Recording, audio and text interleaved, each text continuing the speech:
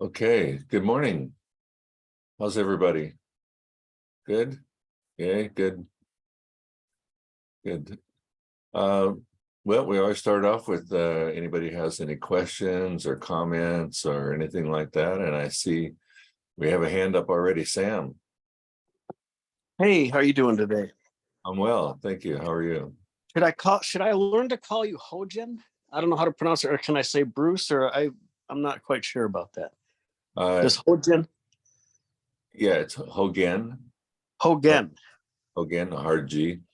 And you can call me that, or you can call me Bruce, or whatever Well, you want. I'm not too familiar with the Dharma names, but I want to try to not just be respectful, but maybe it does something when I call you the Dharma name. And I'm curious about that. It feels a little awkward me asking, but I wonder if it does anything for you when someone speaks to you and calls you the Dharma name.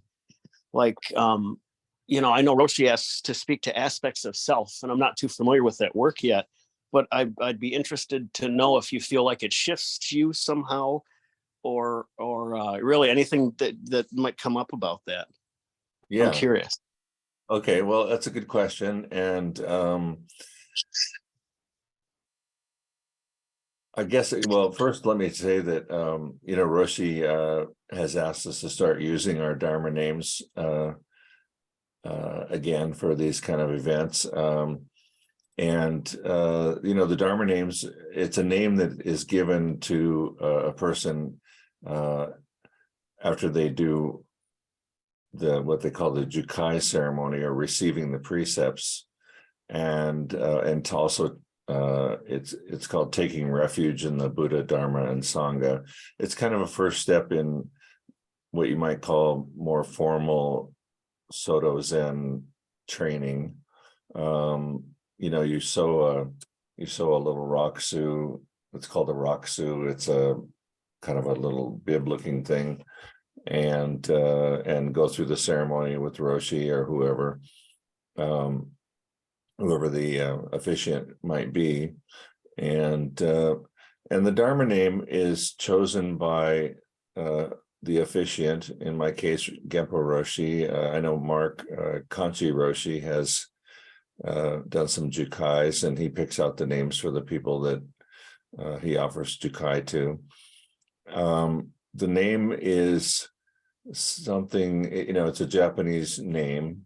It's got an English translation that comes with it, and that name is something that we would aspire to. So it's given by the teacher as a way to partly about what they already know about you, because by the time you maybe choose to do a Jukai ceremony, you've gotten to know the teacher at least a little, and maybe have even started koans and things like that. So does it change me when I guess I would hope so. Yeah, I imagine it may be a little awkward to answer, but I really appreciate the explanation about Zen and about how you relate to things. And so my apologies in advance if I ask you some awkward questions. No. But I very much appreciate your questions, and that's what we're here for. So ask away. Well, it's an inspiration for me in practice, because I feel like I've heard that your name means Dharma I, and there's somebody else who was from Holland. Who was it? I think it was Peter, but his name was Independent Dharma or things. I don't know. Not knowing so much, I just like to listen and maybe I don't know if I do big mind or whatnot, but connect with your guys' practice and just imagine things, and somehow maybe it brings a little stability. I don't know. It's really kind of highly experimental for me, but I appreciate you guys being there in the practice somehow, to the best of my ability.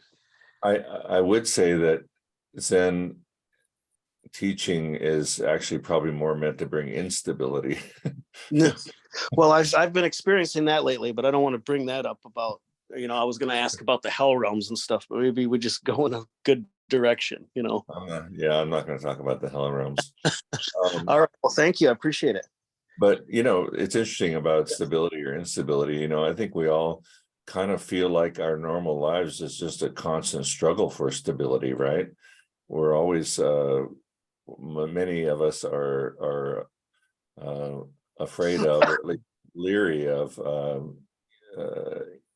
instability or uncertainty, and yet in our practice this is kind of what you're called to do, is to question that maybe false stability that you feel like you have built up over the years, and that stability surrounding your self-image and the way you see the world, and the way all your ideas and mental constructions about how everything is and how it should be.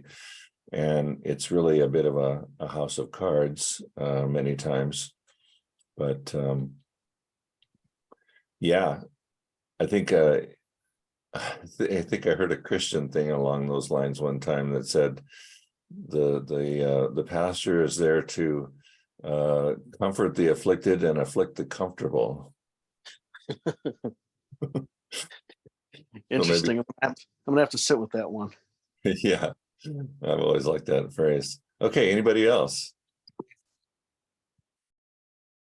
Thanks, Sam. Mr. Grace. Hello. I just wanted to offer that Adyashanti wrote a really enjoyable book called The End of Your World, talking about exactly what you're talking about. I just wanted to recommend that. That's all. Yeah, thank you. And Paul, tell us what Yudo, what the English translation is for your Dharma name. Well, what I was told was gentle way. Gentle way. Mm-hmm. I get that from you. Thanks. Except when you're playing drums. If I could ask, Paul, could you say your Dharma name? It's Yudo, Y-U-D-O. Yudo. Okay, thank you. Yudo. Appreciate it. Okay. Who's next? Don and Nina. Hi. Oh, you're muted, Don. There we go. There we go. Hi, Bruce. Hi, Hogen. I was just thinking about this just before we started. You have a title, Hoshi. Mm-hmm. What is that actually? Well, I'll tell you. And first, tell me what the English translation for your name is. It's really something to aspire you to, I tell you, because it means light of wisdom. Oh yeah, that's a tough one. Good. Okay, well, titles. Yeah, there's numerous titles in our tradition. I know about the others, most of them. So it's just Hoshi, yeah. Hoshi and that. Hoshi, from my understanding, was actually made up by Maizumi Roshi back at Los Angeles Zen Center. Back in the 70s and 80s, they had hundreds of people coming there, and a lot of them arrived kind of all at once, or within a few years of each other. And there was I should say that in Zen monasteries and things, there's probably just as much of a kind of pecking order that people perceive there as there is anywhere else in life. And people would they do jukai, and then they'd become a monk by doing with the shuke tokudo ceremony, and then there would be people who were senseis and things like that, and everybody was doing koans, and they're all ranking each other, and kind of seeing who's ahead of me and who's in some administrative position or other position around there, and things like that. And of course, this is a wonderful thing that goes on actually in a monastery, because it forces everybody to kind of look at their ego around these things, right? And it's not always peaceful that way. But Hoshi is a kind of interim title that it's actually, if you say Shiho, that's the sensei ceremony. So Hoshi is just that backwards. And he kind of slid that in before Shiho because a lot of people felt like they should become senseis, and he wasn't really ready for them to do that. But he wasn't necessarily wanting them to get, their nose out of joint or disappointed and leave or things like that. So he kind of created this stepping stone in between, and that's where I am. And actually, Roshi called me up a few months ago and said, "I'm giving you Hoshi," and I said, "Oh, okay." And he says, because, you're going to be teaching, and you can't teach as a monk, but you can teach as a Hoshi. So I said, okay, well, great. Thank you very much. And he said, yeah, and, next time we get together, I'll do the ceremony and all that stuff. But, in the meantime, so, it's something that I'm happy that he did. I wasn't really expecting, but I guess I'm making some progress after 25 years. Congratulations. Well, thank you. It doesn't make me any more wise or enlightened than anybody here. Okay, just so be clear about that. Okay. Very good. Thank you, Bruce. Yeah. Hogen. Hogen, echo. All right. Any other questions or comments?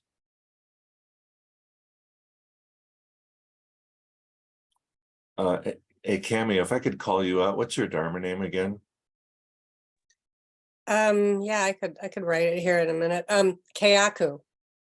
Keiyaku, and that means Keiyaku, and it means jewel medicine. jewel medicine. Yeah. Wow.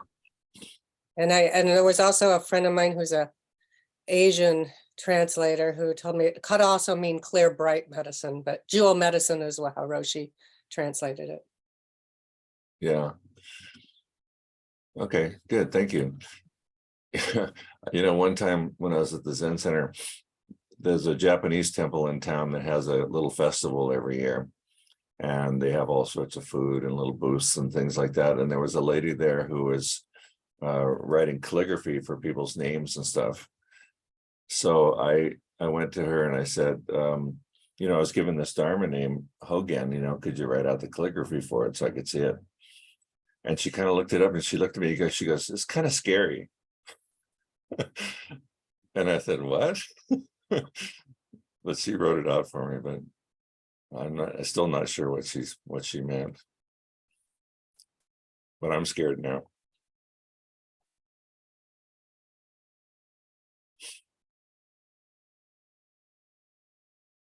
I'd like to maybe ask a question. You're all in the 1-year program and have been in it now for a number of months. And how's it going? How do any feedback, any things that we can improve on? Has it been beneficial?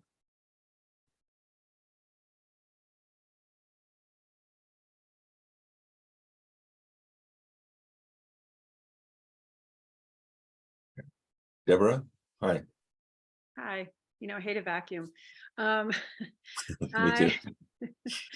It's been great. I mean, I think these meetings in and of themselves have just been so wonderful, just to hear everybody's experience and just feel like we're in Sangha again, even though we're not near each other, it's nice to see everybody's face and hear what people are talking about and hear everybody's wisdom shared. So I've been quite enjoying it. So thank you. And I know it's a lot of work on your part to send out all the emails and get everybody organized. So thanks for that too. Well, you're welcome. Of course, it's not just me, of course. There's several of us who all pitch in. But thank you for that. And I would say that the Sangha element of all of this is very important, because like Sam was saying, you can just come and hang out and you can pick up a lot of knowledge. You can pick up a lot of comments and ideas and, all sorts of different things in history. And that you might not normally get, so I think that's a good thing about it. Thanks, Deborah. Yeah, and it's been really good too to have like to not have to have a formulated question and just ask for y'all's comments. Mhm. And so your teaching styles and knowledge has just been really greatly appreciated. Yeah, thank you. Thanks. Thank you. And we're so lucky to have Kanchi Roshi and also San Sensei, Mary Ellen, and Jigen and Lynn, others, because you will get different perspectives, get different histories and different takes on things. And yeah, it's good to just spend more time at it. Hi, Willie. Hi there. I don't have anything profound to say, but I'm thoroughly enjoying this. I'm new to Zen, and it's been very interesting. The pace has been a little slow, which is probably good for me. I'm an old man, so take things a little bit at a time. But I'm very grateful to you and the rest of your team that are involved with this. I'm thoroughly enjoying it. Thank you. Good, thanks, Willie. Yaku.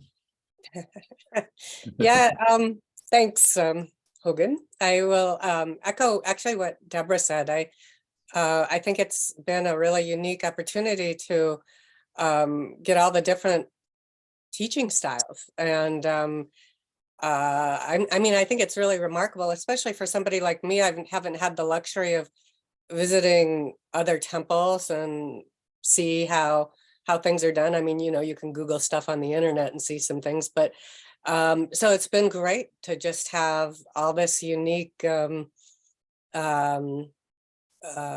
on answering questions. And I find it extremely beneficial for me and very much educational, instructive to me. And I like to play along. How would I answer that question? And a lot of times it's like, thank God I wasn't asked that question. Hey. So it's yeah, it's kind of you can learn in so many different ways, and I think this has been amazing. And then of course there's the Roshi aspect too. We got 3 whole workshops with this, and very little money. And I know we talked about this the other day on a different call, like it'll probably go up next year. But I was wondering, did you have any feedback from all the people who had originally signed up and now we're down to a smaller amount? Like, why were people not? I mean, we're the ones who kind of stuck it out. So I'm wondering, what about the ones who didn't? What happened to them?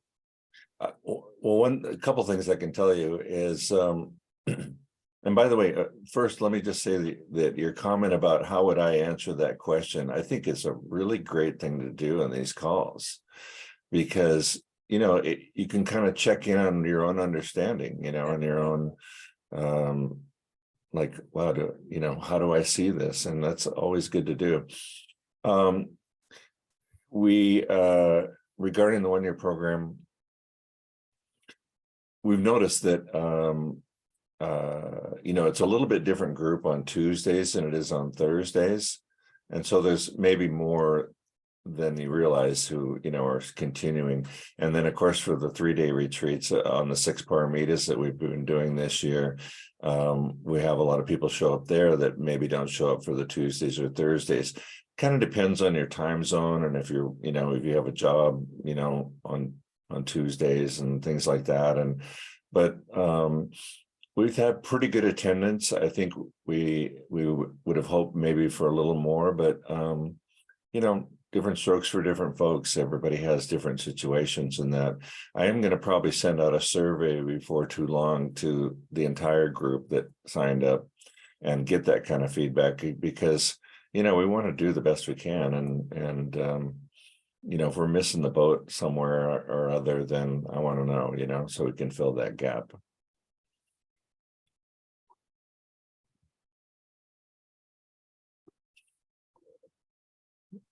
Okay, anybody have any practice questions? So Meta, hi.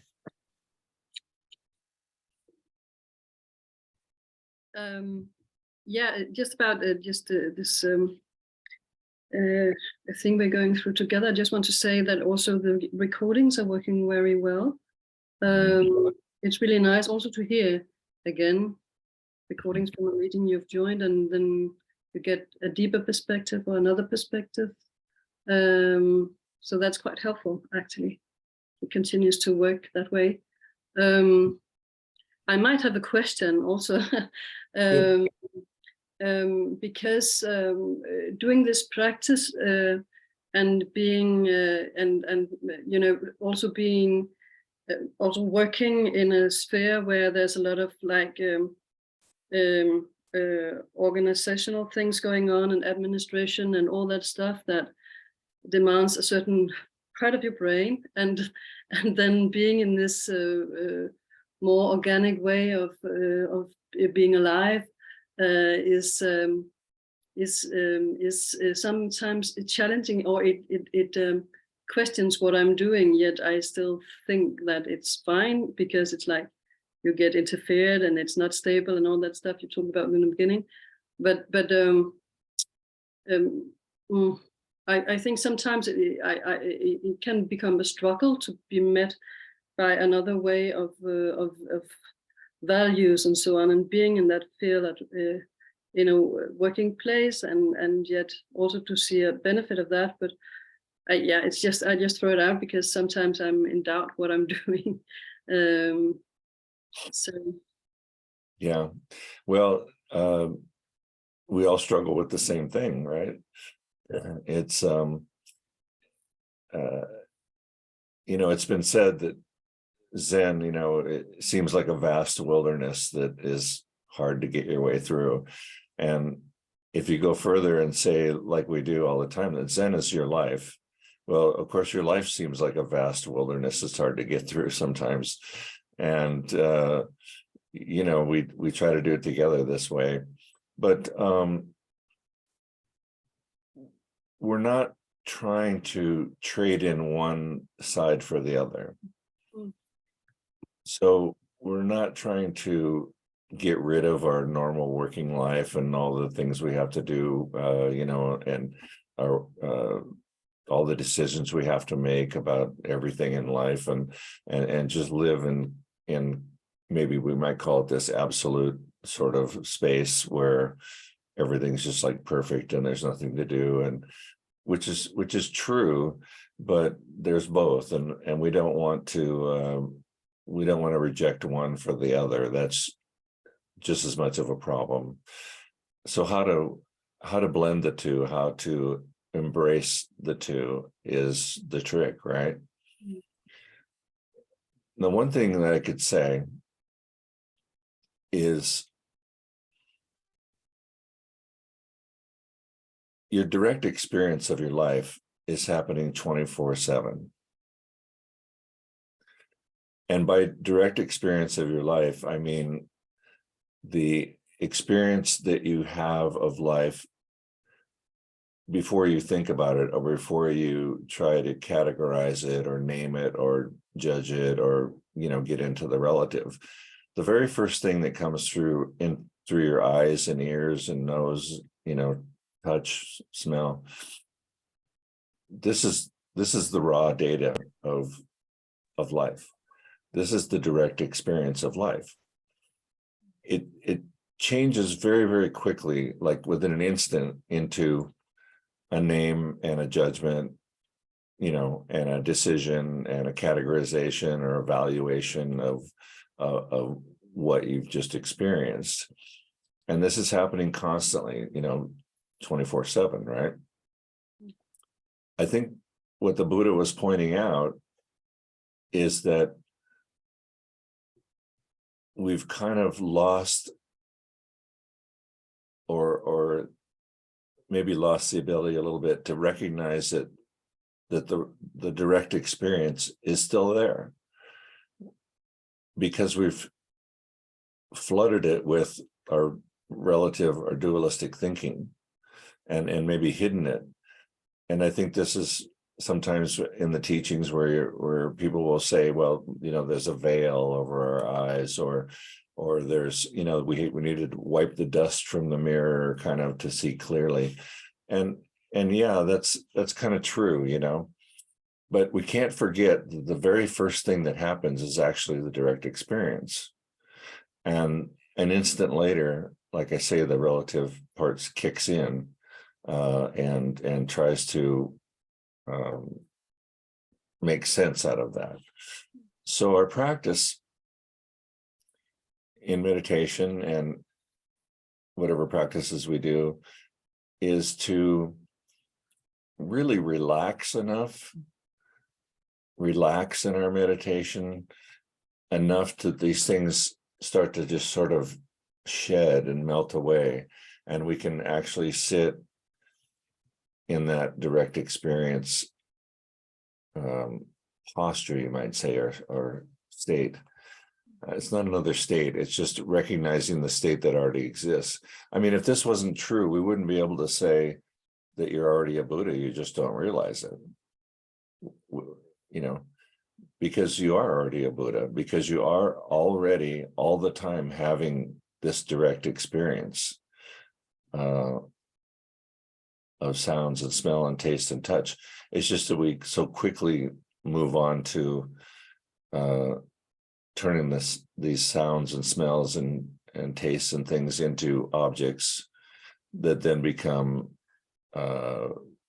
something that we can categorize as good or bad, or valuable to me, or a tool or not a tool, or helpful or not.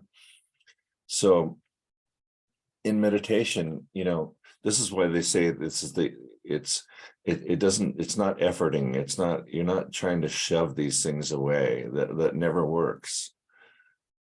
It's all really about just settling, relaxing in your meditation, and just letting these thoughts come and go, and not grabbing them, not chasing them, and just slowly, let this stuff fall away.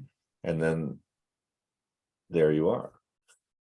And you don't need to stay there. But there is wisdom that comes from recognizing that and foreseeing that that is always true, and that you can always go back there. It's always available. And then, as you come out of your meditation, things come back in, and it's time to figure out your grocery list, or, set your alarm clock, or that kind of thing. But if you can spend more time in the direct experience, it loosens the hold a little bit that the dualistic side has, and it loosens the amount of stress over it, because you see, this is just a layer that's added on top, that humans, all of us, add this on top of just the world as it is. But just the world as it is always there.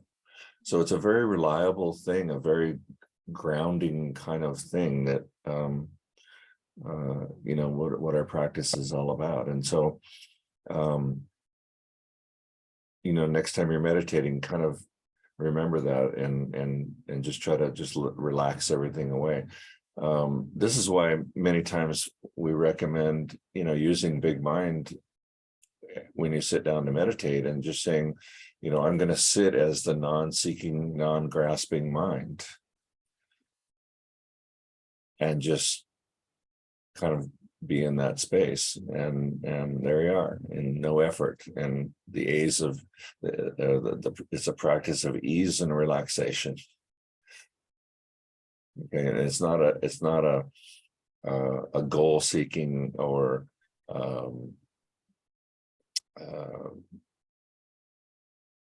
goal seeking kind of practice. And that way too, I think, done that way, it doesn't turn you against the relative.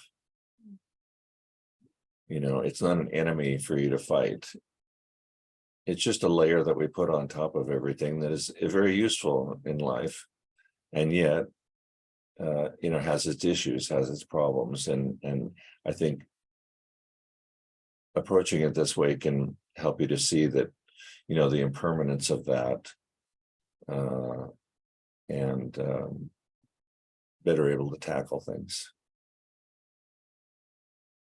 Does that answer your question?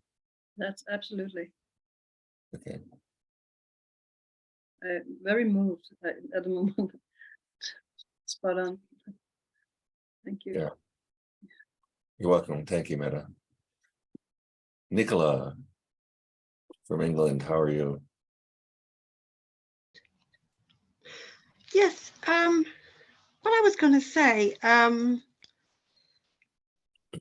what I so value about the Sangha is I may come with an idea and then somebody else speaks and gives me another angle and path.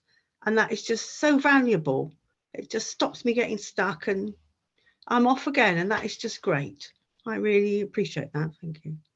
Yeah. Well, we all appreciate you too, because you're part of it. And I just feel not alone. yeah, Which is great. You're not. Definitely not. So thank you very much. You're welcome.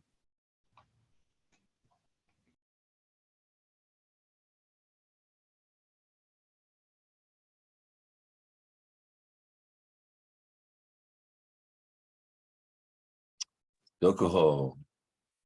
Hi, Hogen. Hi. Hi. I realized, I'm very much enjoying it. And so thank you very much for you guys doing this. It feels like a kind of an island, to meet and to come together and relax in a crazy world. So I'm really enjoying it. And it for sure makes a difference, because I wrote you an email earlier today, and then I had this struggle. What should I say now? Hi, Hogen. Hi, Bruce. So it's just, Zen is just only problems. It's creating. But anyway, so that I found very interesting. And then I realized from now in this coming together in this Zoom meeting, yes, I see Hogen and I hear Hogen. And this was, and the email was more practical. And then I think, it's, that's Bruce. And it's funny that it's, you're the same guy, but it for sure, when you say Peter to me, then that's different than when you address me as Hogen, as Dokuho. So it addresses a certain aspect that is that's in you and that's in me, and that's valuable. It's a kind of a struggle. So thank you. Thank you, Peter. Don't you think you and I have both mellowed out a lot over the years? Oh yeah, for sure.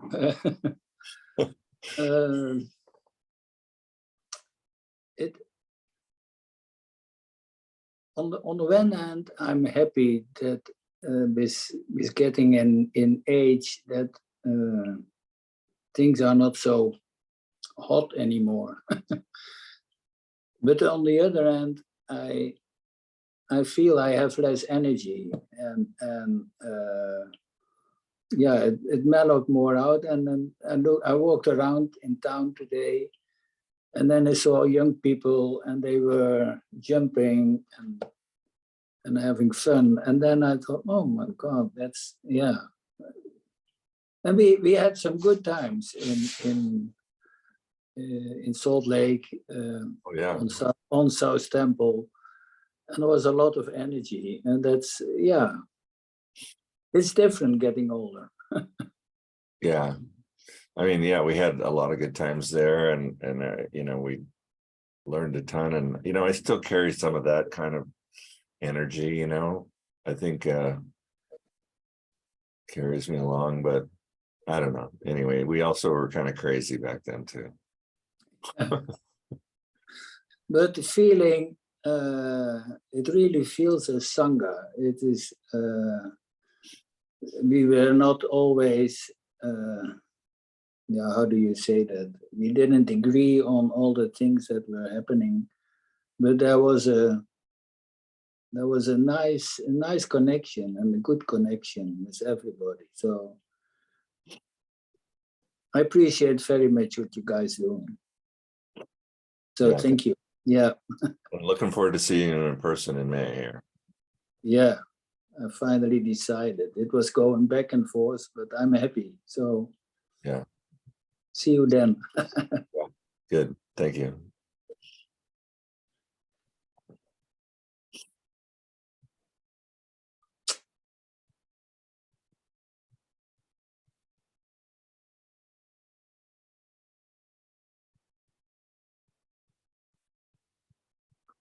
Sam, I see your hand up. Did you have another question, or is that from before?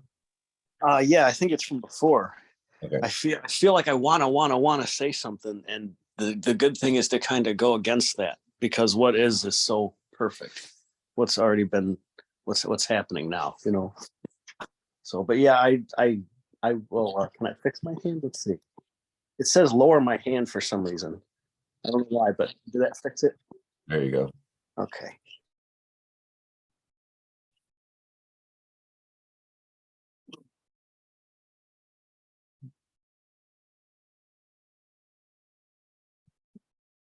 Hey, Daniel Tapsel, are you there?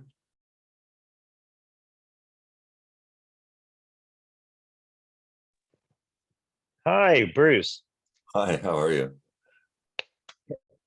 Can you hear me? I've got these strange ear pods in, but I I can think hear you very well. Where are you?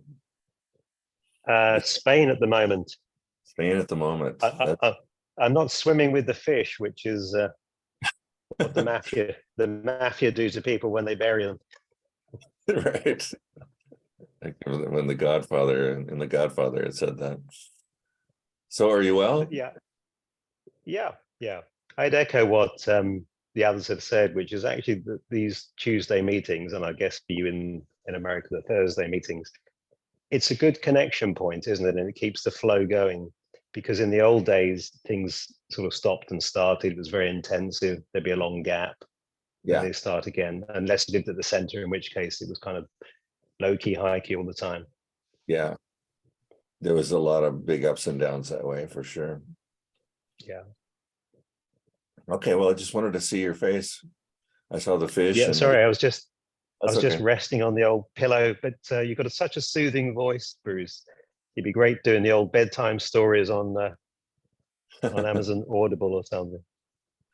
Okay, you can be my agent. You can be my agent and book me. I'd be happy to do that. Good. All right, anybody else?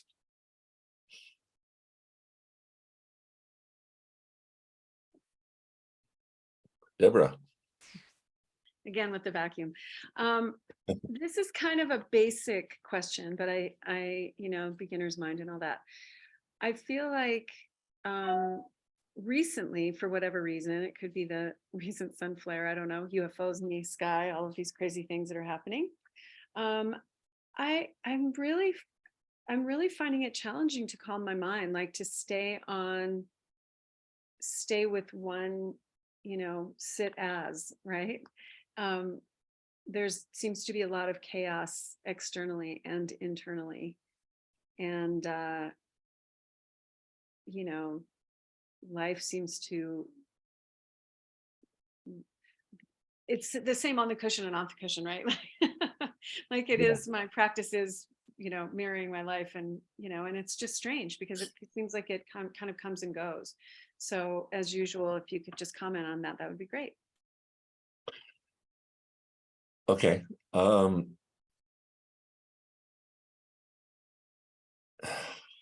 can I put this? You know, we all have choice, right? We're free. We're free, right? We can do whatever. And one of the things that we can all do, and I know it's so terribly hard because we all want to know what's going on in the world and we all want to stay on top of it all.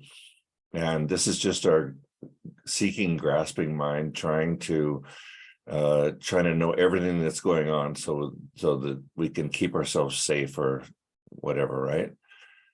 But there's something working really hard against us in that way, and it's called the news media. And I just want to say that the news media, their entire business plan is to sell advertising while you watch their shows.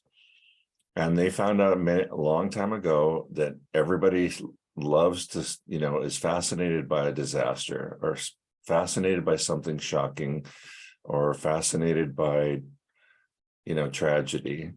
And I'm not going to get into why that is, but I just think it's true. And so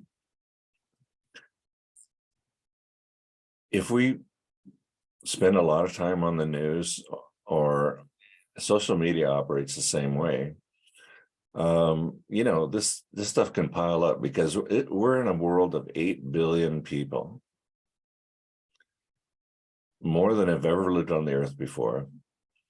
And out of that 8 billion people, there is going to be a lot of horrific stuff going on.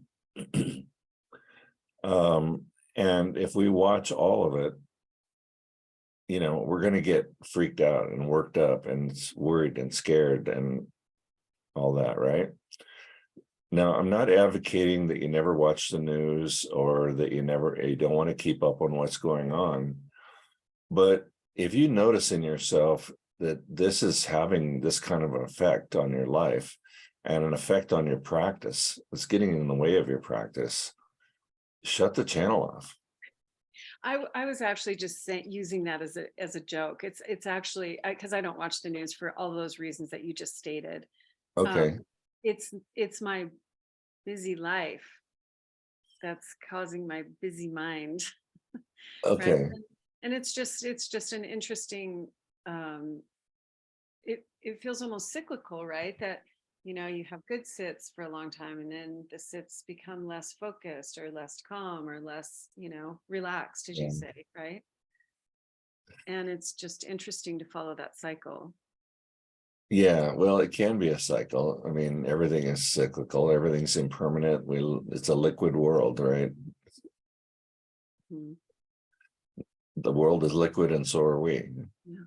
We are no different than universal liquidity, which impermanence, right? Mm-hmm. But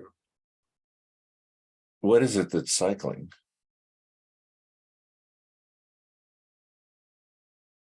I mean, the answer that comes to mind is thoughts, right? My thoughts, like it feels my wandering mind.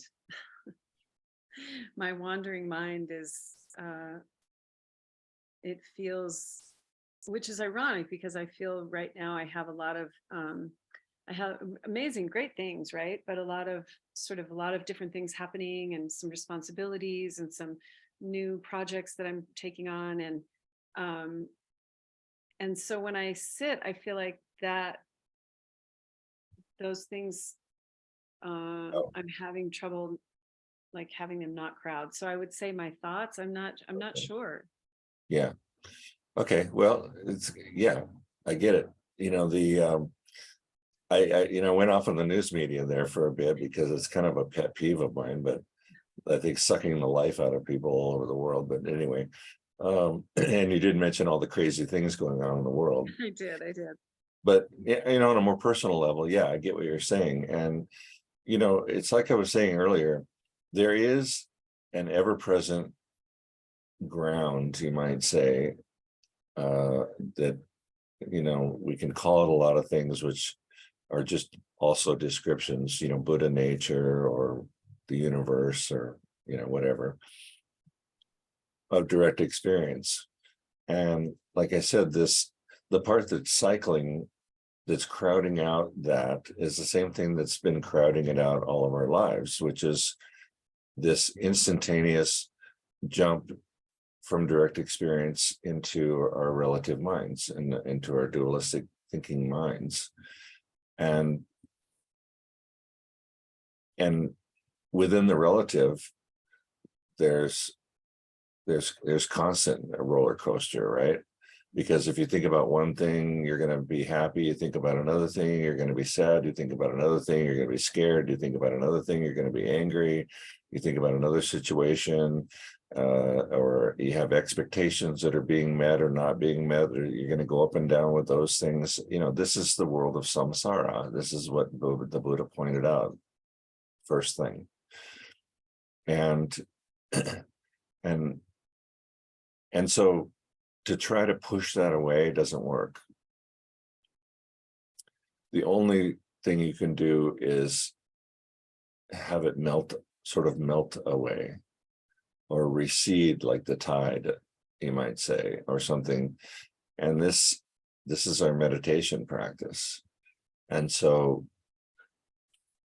part of what helps us to work is to do it steadily or on a regular schedule. And to set up a situation in your house, you know, where you can get yourself kind of settled into that mood. And so a lot of times in our house, we'll have, like I have behind me, a little altar, and I'll burn a little incense, because just even the smell of it kind of brings me back to the old Zendo, you know. And I get in my cushion and I'm in the same place, and I do it kind of regularly. And so we can do these kind of things to sort of assist us when we sit down to relax more quickly and to loosen this, you know, this mob, this crowd, right? That's okay. So it's not a matter of pushing it away. I mean, but there are little tricks you can do to kind of help. And those are the ones I just mentioned. And also, you know, maybe counting your breath, you know, kind of working with your posture, also, you know, sitting as the non-seeking, non-grasping mind, just calling that up kind of is relaxing, because it's like, oh yeah, I don't have to seek and grasp all the time. Okay, I'm going to give myself permission to sit here and do nothing except relax for the next half hour or whatever time you're going to be sitting. And it's funny, our dualistic mind will come up with all sorts of excuses sometimes why not to do that.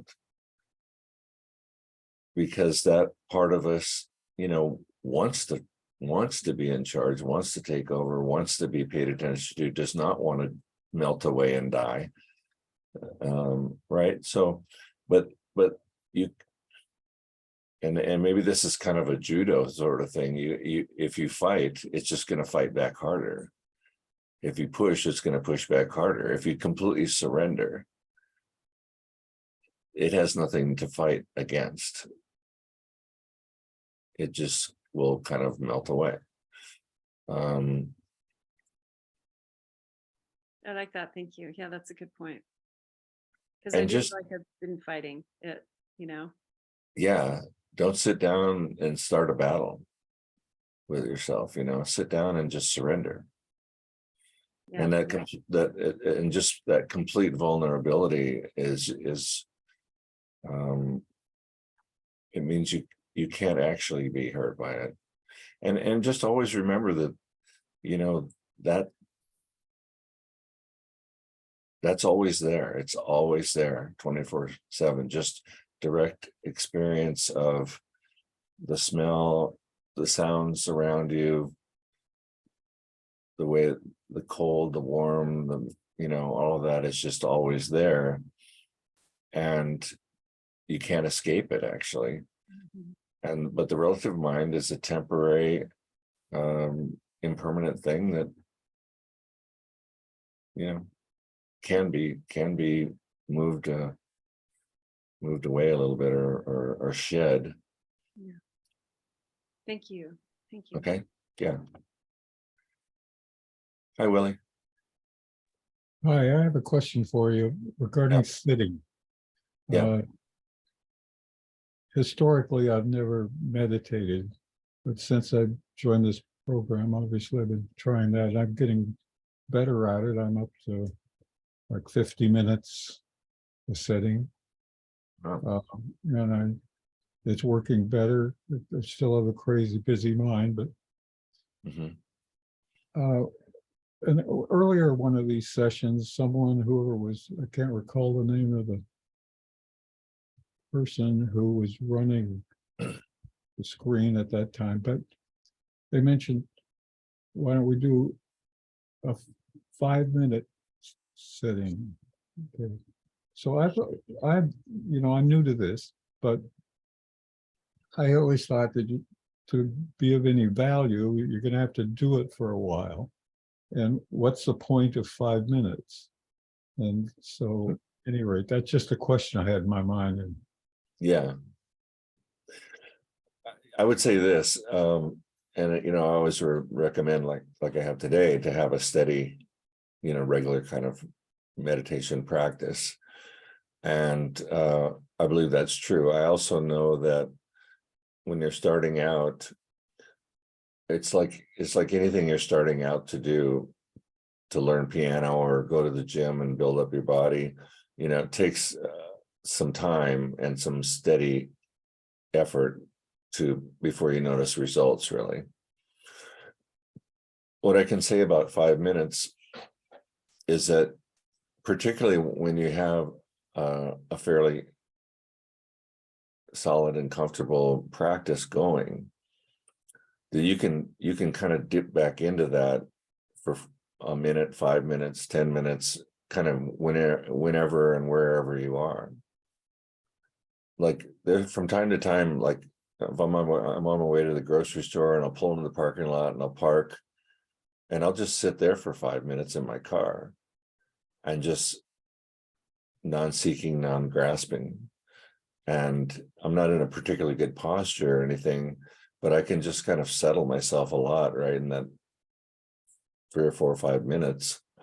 And then, I get out of the car and go in and do my shopping, But so it's something that you can go to. It's there 24/7. You can go to it anytime. And I think those little bits here and there during the day also help. So that's kind of my answer to it. And so even, I always use the grocery store as an analogy, because I do all the shopping and cooking for the house here.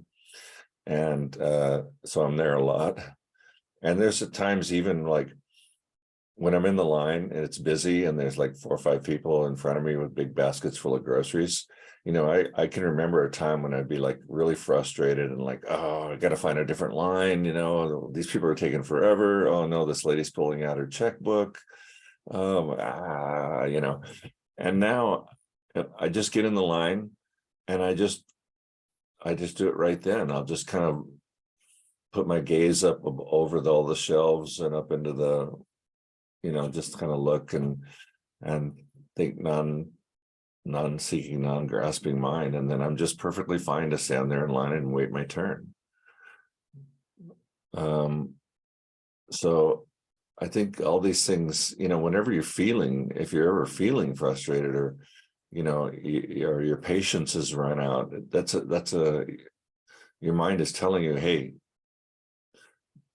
don't do this, it's kind of a signal. A little flag comes up. It's like, oh, now's the time where I should take a deep breath and just relax, Well, that sounds great. I'll try doing that, because I do have little spots here and there where I could do something like that.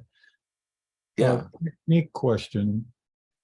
I've tried meditating with my eyes closed and with meditating with my eyes open. It seems to work better with my eyes open for whatever reason. Mhm. You have any comments on that? Yeah, I do. I've gone back and forth over the years, and also, well, you know, at the Zen Center here, we all around the Zendo sitting, you know, we'd face each other across the room, and sometimes there were people down the middle and stuff. And if my eyes were open, sometimes I'd just get distracted because I'd see a face and I'd start thinking about that person or whatever, you know. And so I'd close my eyes, or I'd lower my gaze. I'd leave my eyes open, but I'd lower my gaze down so I could only see the floor. You want to minimize the sort of distractions that can happen in meditation. And so and it takes a little practice, but another thing, I know that if you're meditating and you're feeling sleepy, then open your eyes. If you're feeling kind of a lot of energy, then close your eyes. Oh, You know, and also I think just lowering the gaze kind of halfway down, like 45-degree angle, and just kind of looking at the floor, just so there's, you know, like sometimes we have a cat and I'll be sitting there meditating and the cat will walk in front of me, right? And it's not a big deal, and sometimes I just think it's funny, but you know, it's something that kind of knocks me off my seat a little bit. And so in your meditation room, you know, it should not be too dark or too light or too hot or too cold, or just it should be very comfortable and kind of quiet. Now at the Zen Center, you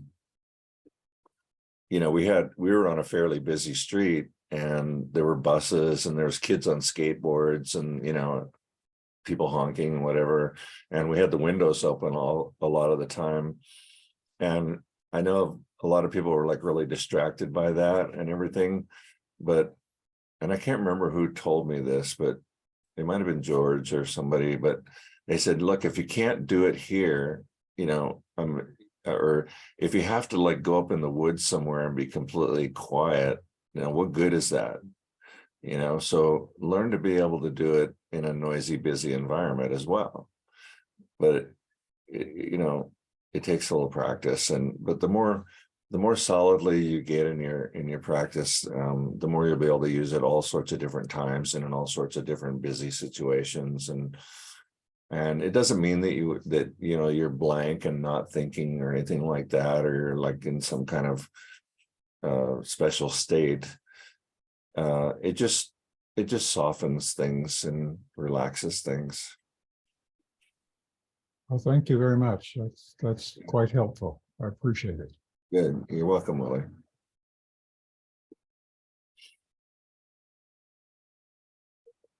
Okay, I've probably got time for one more if anybody has one more thing they would like to bring up.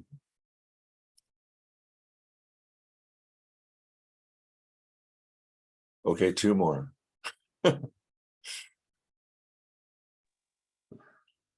Yeah, hi Hogen. One thing what comes up talking about this sitting, that it helps me also not to have a preference. Yes, of course. That is yeah, I want to sit strong and have no thoughts and be together. But I think sometimes if something's happening, it's also okay to be thinking and to be sad or to be anyway. So what came up was be careful to have a preference for how meditation should be and what it should bring me. Yeah, Peter, you brought up a great point, and I'm so glad you said this, because it's really this sort of internal urge that we have about preference, right? It's like we're constantly, our preference machine is like constantly sorting things out. And, to sit without a preference or to just live, without, maybe not without any preferences, but, choose your preferences wisely, and think about it and don't be pushed around, right, Peter? Yeah. Yeah, exactly. That it's an obstacle to just be present, but what is, and sometimes the sight is not nice, and the noise is not nice. Yeah. Yeah. Yeah. So that happens. It's a kind of a real world where we are in. So that was all. Yeah, and I think too, Peter, thank you, that it also goes along with, I think the Buddha didn't say have no desires or no preferences, but to have few. Yeah. Okay, that's an interesting distinction, because we have to live, there's certain preferences, but which ones are ruling your life, and right? Yeah. Yeah. Indeed. Yeah. Thank you so much, Peter. Thank you. Yep. All right, everybody. Thanks so much for coming. This Thursday will be Jigen Hoshi. And she'll be on Thursday night, 7 o'clock Mountain Time. And check the schedule, because we've got some retreat things coming up. We've got, I'm not going to go through a long spiel here about it, but check that schedule. Give me a call if you need anything, and see you soon. Thank you, Hogen. Thank you. Thank you. Bye bye. Have a good night. Thank Yep. you. Good night. Good time, everybody.